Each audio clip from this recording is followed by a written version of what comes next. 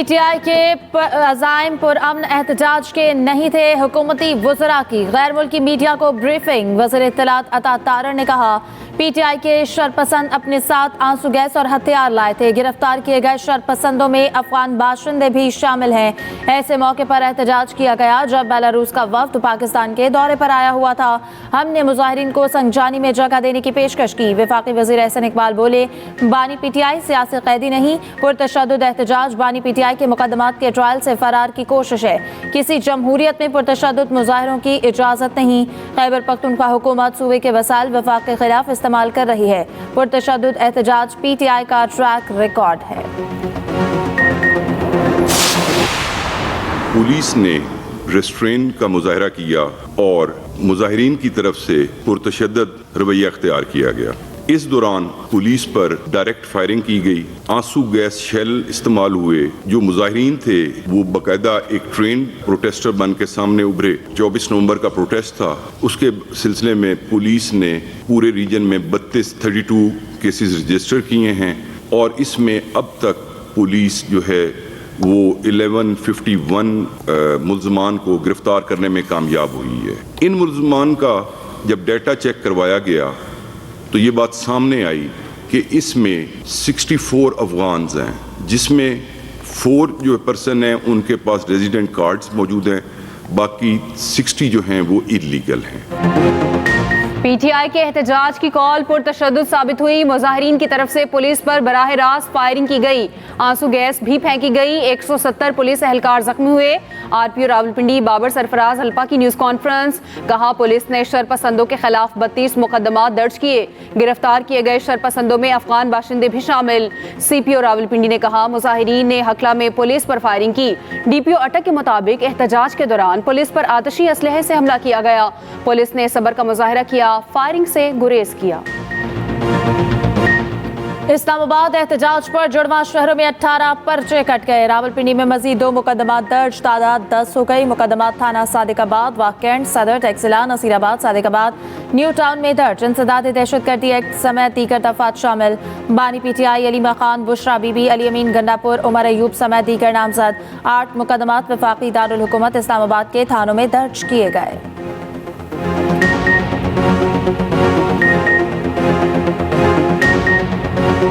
Pakistan stock exchange में तारीख रकम इंडेक्स 1 लाख की नफसियाती हद अबूर कर गया। कारोबार के आगाज पर ही जबरदस्त तेजी। 100 इंडेक्स में 1200 से ज्यादा पॉइंट्स का इजाफा रिकॉर्ड। प्रॉफिट टेकिंग के बायस मार्केट नीचे आ गई। इंडेक्स की 1,540 पॉइंट्स पर ट्रेडिंग। मुआशी माहिरीन का कहना है स्टॉक एक्सचेंज में रिकॉर्ड तरक्की मुआशी बेहतरी की नवीद है। मुल्क की इक्तसादी पॉलिसियां दुरुस्त सिमत में गामजन हैं।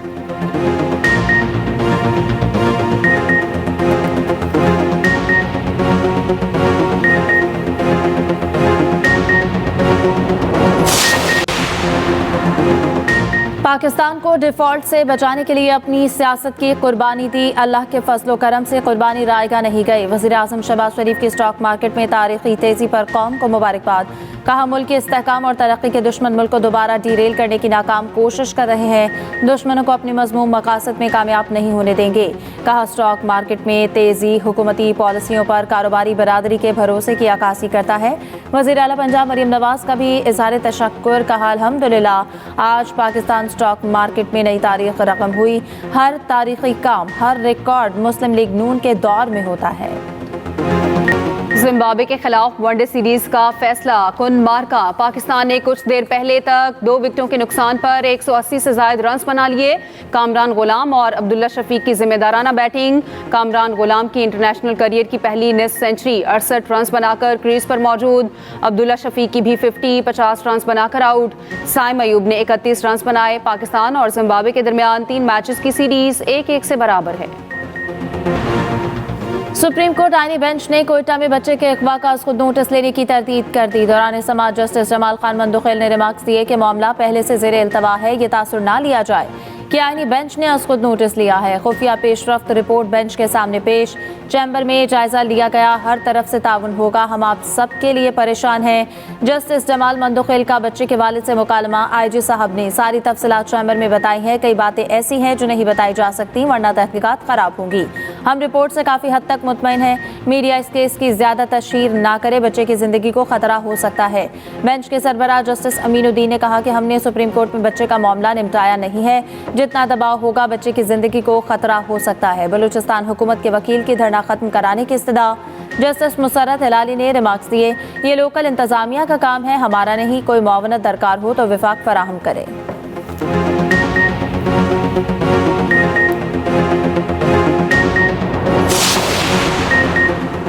अदालती हुक्म के खिलाफ पीटीआई के इस्लामाबाद एहतजाज पर तौहीन अदालत का केस। इस्लामाबाद हाई कोर्ट ने पीटीआई से जवाब तलब कर लिया। आइंदा हफ्ते के लिए नोटिस जारी। सेक्रेटरी दाखिला, चीफ कमिश्नर, डिप्टी कमिश्नर और आईजी इस्लामाबाद को भी नोटिस जारी। इस्लामाबाद हाई कोर्ट के चीफ जस्टिस आमिर फारूक ने केस की समाअत की।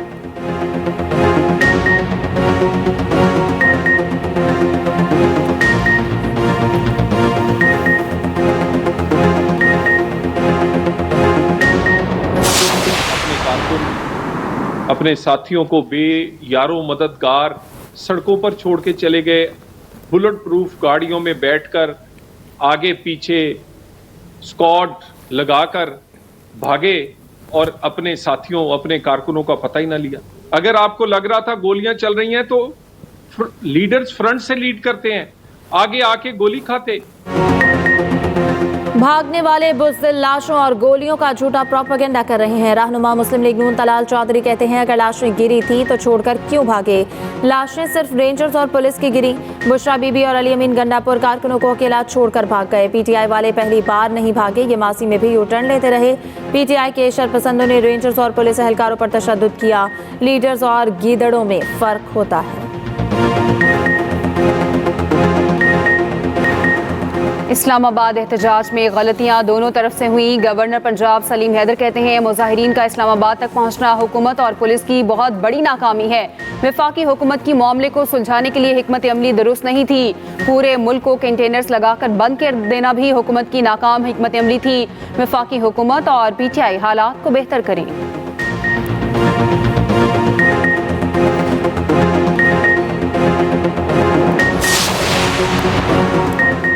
सानिहा 9 मई GHQ गेट हमला केस में फर्द जुर्म चौथी बार मुअख्खर इंसदाद दहशतगर्दी अदालत ने मुल्ज़मान के कम हाजिरी के बाद समाअत मुलतवी कर दी। पेश होने वाले मुल्ज़मान को हाजिरी लगाकर जाने की इजाज़त। मज़ीद 10 मुल्ज़मान की जानिब से बरियत की दरख्वास्तें दायर। ATC के जज अमजद अली शाह ने समाअत की। दूसरी जानिब 190 मिलियन पाउंड रेफरेंस में बुशरा बीबी की नाकाबिल ज़मानत वारंट गिरफ्तारी बरकरार। जज के अदम दस्तयाबी के बाद समाअत 2 दिसंबर तक मुलतवी। सहाफ़ी मतियुल्लाह जान को गिरफ्तार कर लिया गया। पुलिस स्टेशन मारगला मुंतकिल। इस्लामाबाद पुलिस ने E9 चेक पोस्ट से हिरासत में लिया।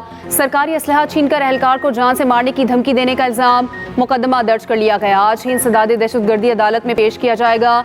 Association of electronic media and news directors की मतियुल्लाह जान की गिरफ्तारी की मजम्मत। कहा इल्जामात सहाफ़ियों के खिलाफ नया तरीका वारदात है। कानून की आड़ में गैर कानूनी इक़दामात का मकसद इजहार राय पर कदगन लगाना है। सहाफ़ियों को गैर कानूनी हिरासत में लेने का सिलसिला बंद करने का मुतालबा। PFUJ और कमेटी टू प्रोटेक्ट जर्नलिस्ट की भी मतियुल्लाह जान की गिरफ्तारी की मजम्मत, रिहाई का मुतालबा।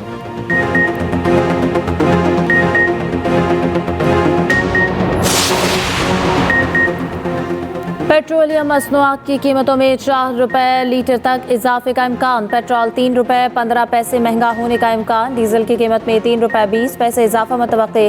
मट्टी का तेल 4 रुपए लीटर तक इजाफे का इम्कान। हतमी फैसला 30 नवंबर को होगा। वज़ीर ख़जाना वज़ीर आज़म की मुशावरत से नई कीमतों का ऐलान करेंगे।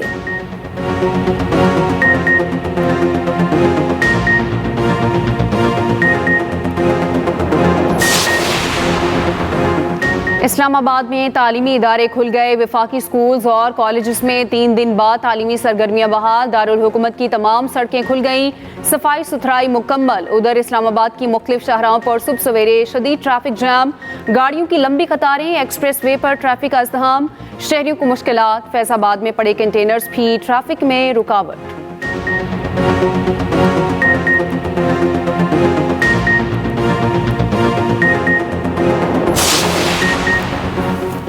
आर्मी चीफ सरहदों के साथ मईशत की भी हिफाजत कर रहे हैं। SIFC के जरिए मईशत को बेहतर करने के इक़दाम किए जा रहे हैं। गवर्नर सिंध कामरान टसोरी का कहना है, हुकूमती कोशिशों से मुल्क की मईशत संभल चुकी। गवर्नर सिंध का स्टॉक मार्केट का दौरा, तारीखी तेजी पर मुबारकबाद। स्टॉक मार्केट में सरमायाकारी की ख्वाहिश का भी इजहार। ये भी कहा कि PTI के गिरफ्तार कारकुनों की जमानतें करवाने के लिए तैयार हूँ। ये हमारे बच्चे हैं, भटक गए हैं तो सही राह दिखाना चाहते हैं।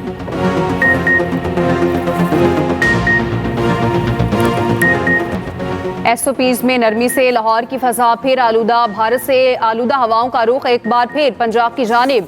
लाहौर आलूदा तरीन शहरों की फहरिस्त में पहले नंबर पर आ गया। कुछ देर पहले तक एयर क्वालिटी इंडेक्स 580 तक पहुंच गया। पेशावर मुल्क का दूसरा आलूदा शहर, पार्टिकुलेट मैटर्स 270 रिकॉर्ड। मुल्तान तीसरे और रावलपिंडी चौथे नंबर पर। पंजाब में दादे स्मॉग मुहिम जारी। मजीद 11 मुकदमात दर्ज, 3 मुलजिम गिरफ्तार, 7 लाख रुपए से जायद के जुर्माने। दूसरी जानिब लाहौर हाई कोर्ट की गुज़श्ता समात का तहरीरी फैसला जारी।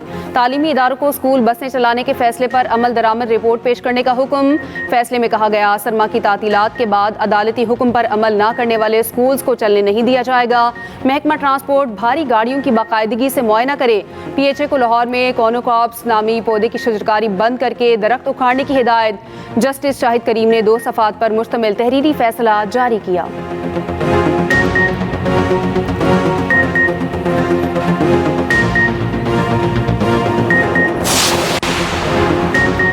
वफाकी वज़ीर दाखिला मोहसिन नकवी से कंट्री डायरेक्टर वर्ल्ड बैंक की मुलाकात। स्मॉग के मसले पर बाहमी ताउन से काबू पाने पर इत्तफाक। इलेक्ट्रिक बसों, साफ पानी, सैनिटेशन, कच्ची आबादियों की तरक्की के लिए मुआवनत पर बातचीत। मोहसिन नकवी ने कहा, पूरी कोशिश है स्मॉग के मसले का तदारुक किया जाए। हमें फौरी तौर पर जामे इंसदाद स्मॉग प्लान वज़ा करना है। स्मॉग की असल वजूहात को सामने लाना ज़रूरी है। कंट्री डायरेक्टर वर्ल्ड बैंक की स्मॉग पर काबू पाने और पायदार तरक्की के अहदाफ के हुसूल में ताउन की यकीन दहानी।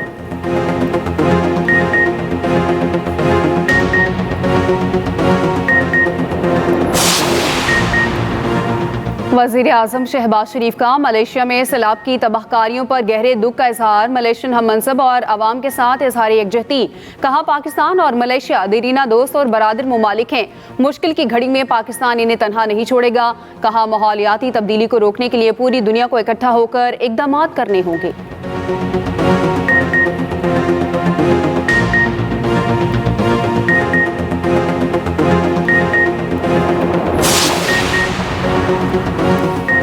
जस्टिस मंसूर दायमी ज़ेर-ए-इल्तवा केसेस के हल के लिए सरकर्ता। जस्टिस मंसूर शाह की सरबराही में सुप्रीम कोर्ट के बेंच ने हुक्मनामे में कहा, 1 पाउंड सालिसी की मिसाल 1 टन कानूनी चाराजोई के काबिल है।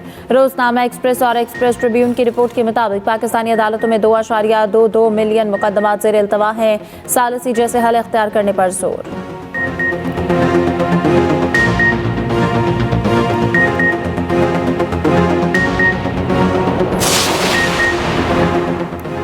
सिंध ने निजी कंपनियों को मकामी गैस फरोख्त करने की मुखालफत कर दी। रोजनामा एक्सप्रेस और एक्सप्रेस ट्रिब्यून की रिपोर्ट के मुताबिक एक्निक इजलास में निजी कंपनियों को 35% गैस फरोख्त करने की समरी पेश की गई। सिंध का नुमाइंदा अपने मौक़िफ़ पर डटा रहा। सूबाई हुकूमत से मुशावरत के लिए मज़ीद टाइम मांग लिया।